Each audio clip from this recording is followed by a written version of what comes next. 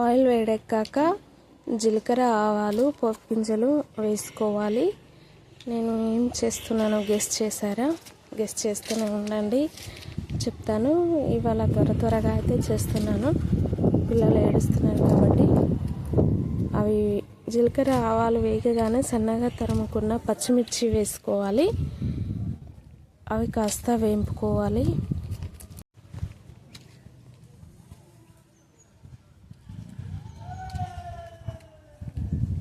బాగా కలుపుకోవాలి. ఆ తర్వాత అందులోనే కరివేపాకు వేసుకోవాలి.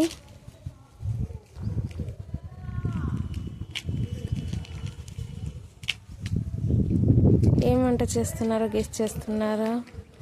ముందుగా అయితే మా ఛానల్ సబ్స్క్రైబ్ చేసుకొని వాళ్ళు ఉంటే సబ్స్క్రైబ్ చేసుకోండి. వీడియోస్ నచ్చితే లైక్ చేయండి, షేర్ చేయండి.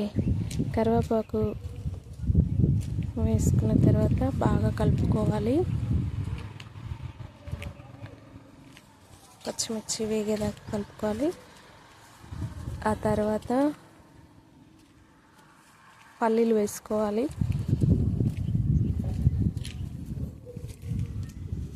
పచ్చిమిర్చి మనం తినే కారాన్ని బట్టి వేసుకోవాలి.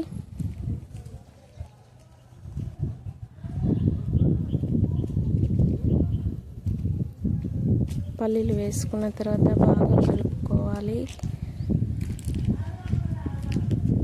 చాలా బాగుంటుంది టేస్ట్ కూడా.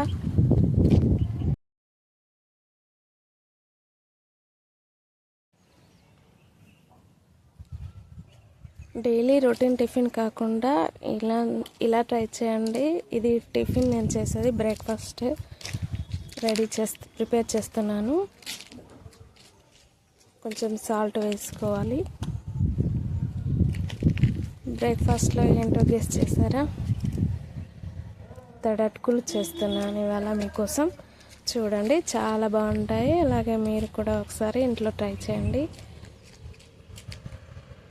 సాల్ట్ వేసుకున్న తర్వాత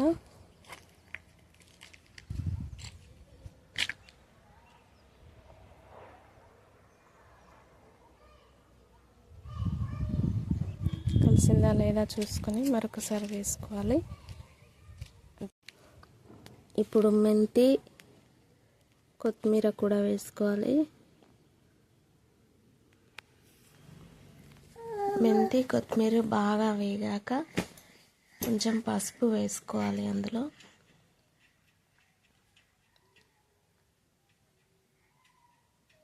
పసుపు వేసుకొని అంతా కలగలిసేలా కలపాలి.